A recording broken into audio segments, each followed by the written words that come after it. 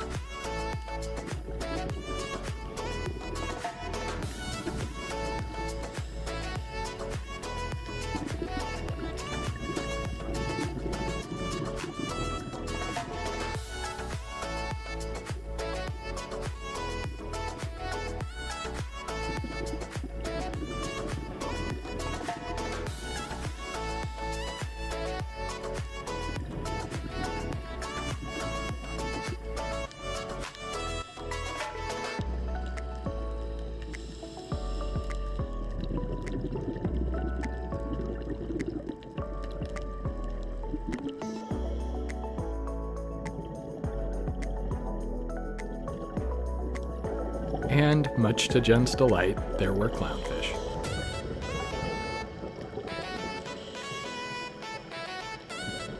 Seeing how happy they made her, everybody in the group was soon going out of their way to point ones out to her, even though they're usually not that big a deal.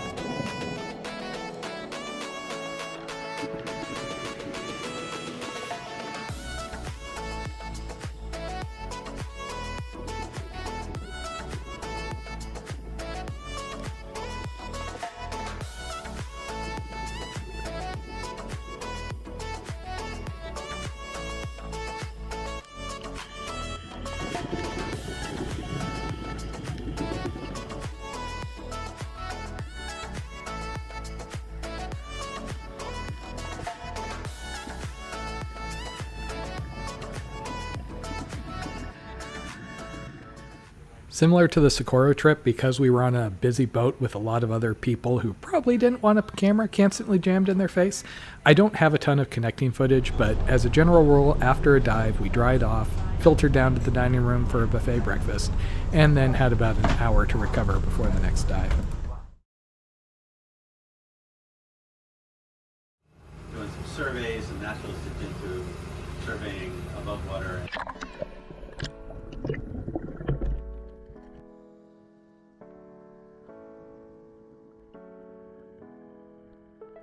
If you're wondering why the visibility looks so much worse than, say, Bonaire, we were kind of surprised by this also, but as Clement, our guide, explained, there's a lot of nutrients in the water, hence why you get so many fish.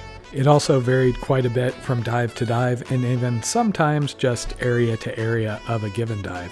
What didn't vary was the temperature, which was pretty much a rock-solid 84 or 85 degrees.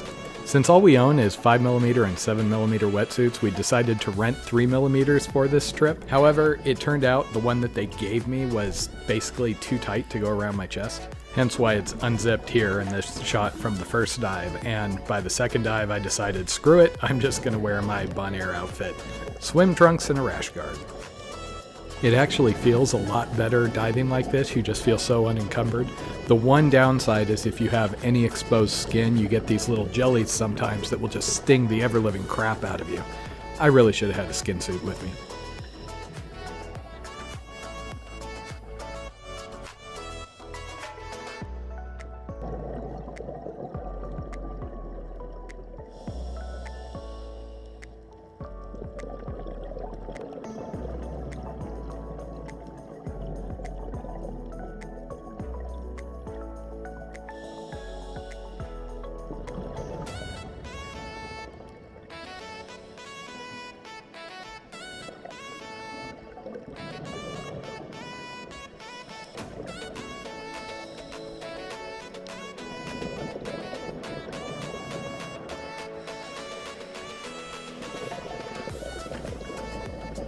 You might notice Jen's actually doing a fair amount of the filming so far. She really took to using the camera this trip.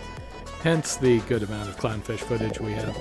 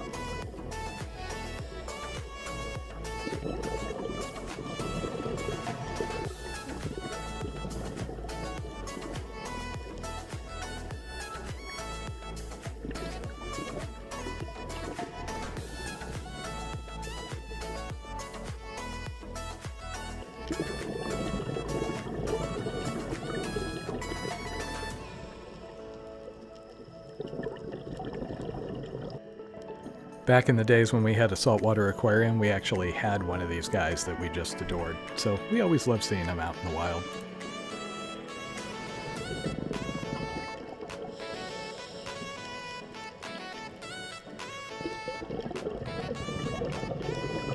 So this is actually a cleaning station. You can see this guy is kind of hovering while these little wrasses pick at him.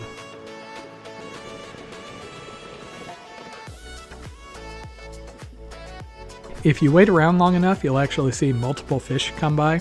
The little cleaner wrasses will pick off dead or damaged scales, parasites, things like that. So it's actually beneficial to both of them.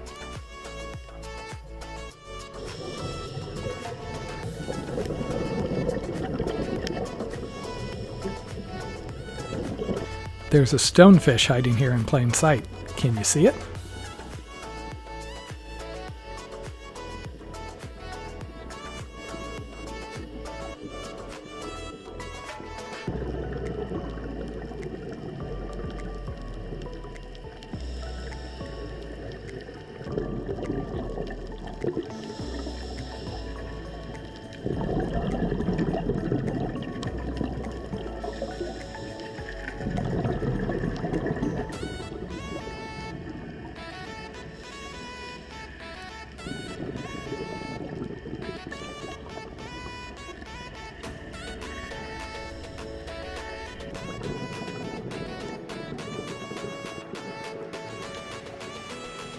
At the end of the dive, you're supposed to hang around at 15 feet for about 3 minutes to let the oxygen in your blood off gas. Often you can do that on the reef, but here, since we were too deep when we were down on the reef, we basically just hung out in the blue water and watched all the fish around us.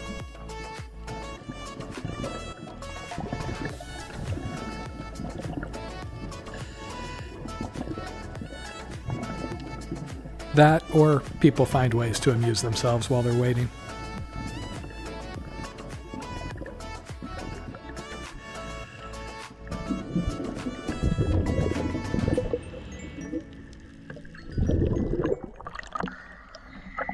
There were 16 of us guests on this trip, and we'd been divided up into 4 groups of 4.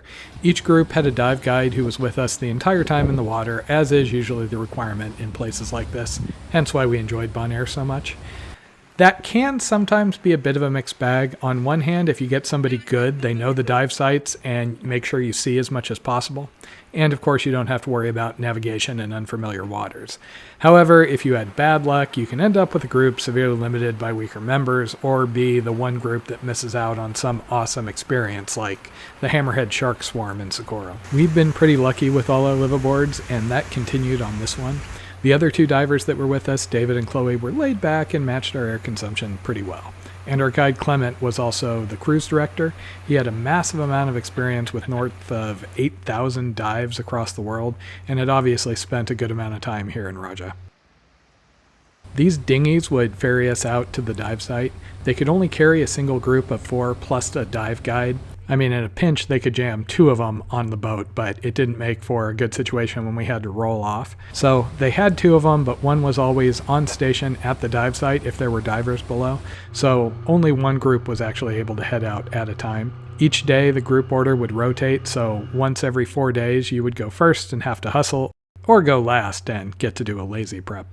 Max Hammer Resort I was telling you about. So we're diving, this dive site is called Cape Creek.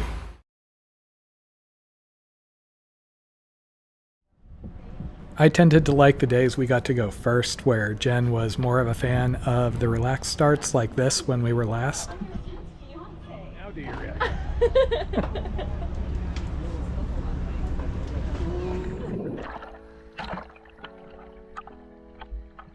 If you see me shivering here, it's amazing how quickly 84-degree bath water starts to feel just the slightest bit chilled as you get into multiple dives across multiple days.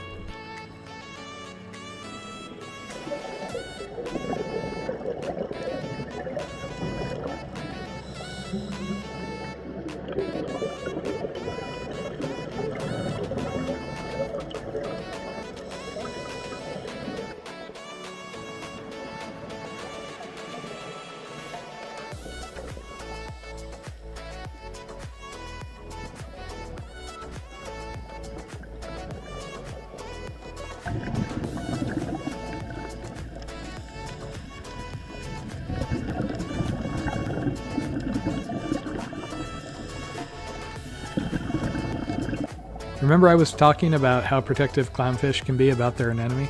Check out how far this guy comes out to pick a fight. Jen is very much not taking the hint, and she's lucky he didn't strike her until right about now. It seems like that particular variant is just more aggressive. Normally they behave more like this. She just really likes when they look really cozy in their little anemone.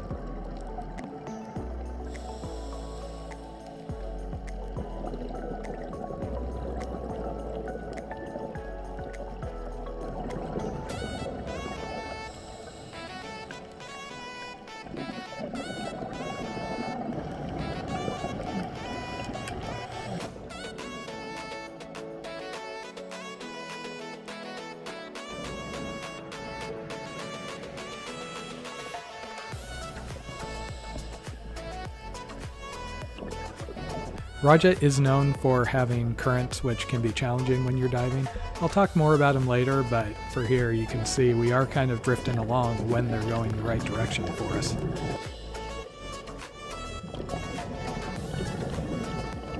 Frustratingly, the fish often barely seem to notice.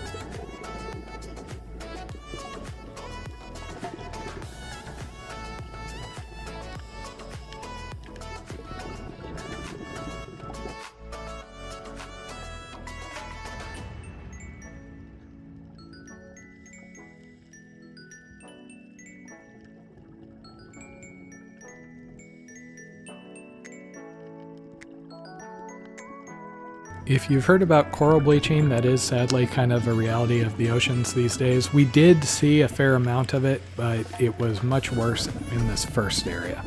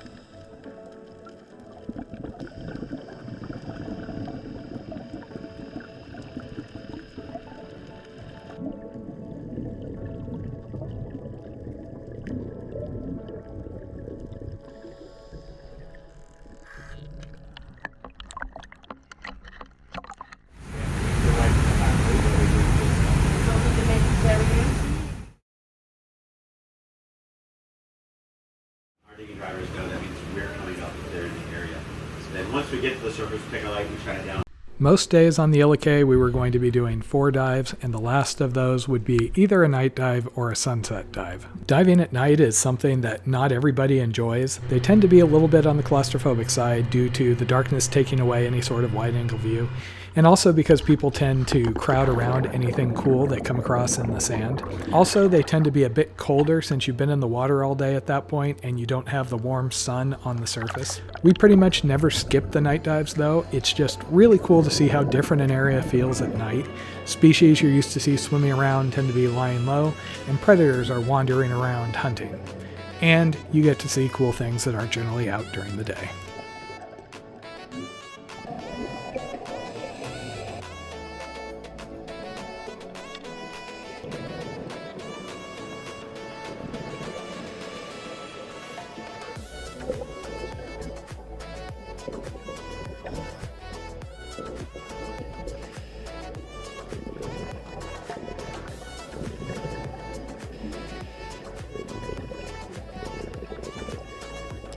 Partway through the dive, everybody started going nuts, tapping on their tank and shining lights, and it turned out we had a woebegone shark that was swimming through the entire group of us. Most of the time, though, night dives are more focused on smaller things like this nudie.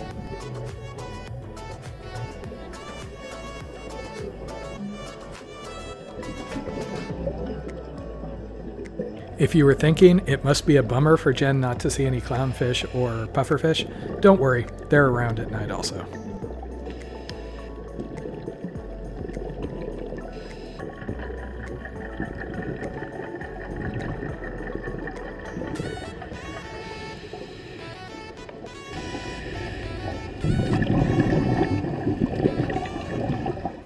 Afterwards, it was back to the boat for a hearty dinner, and then that was it for our first of 9 days of diving.